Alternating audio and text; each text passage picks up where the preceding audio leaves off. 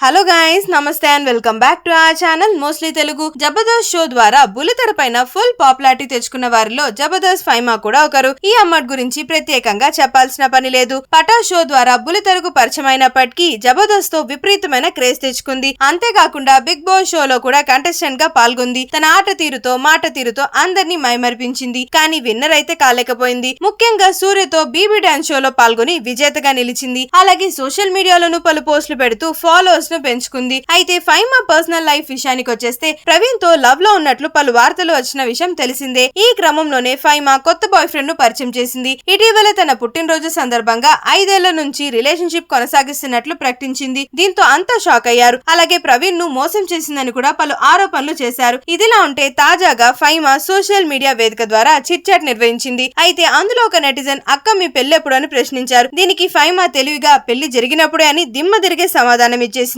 కానీ ఎప్పుడు పెళ్లి చేసుకుంటుందో మాత్రం క్లారిటీ ఇవ్వలేదు.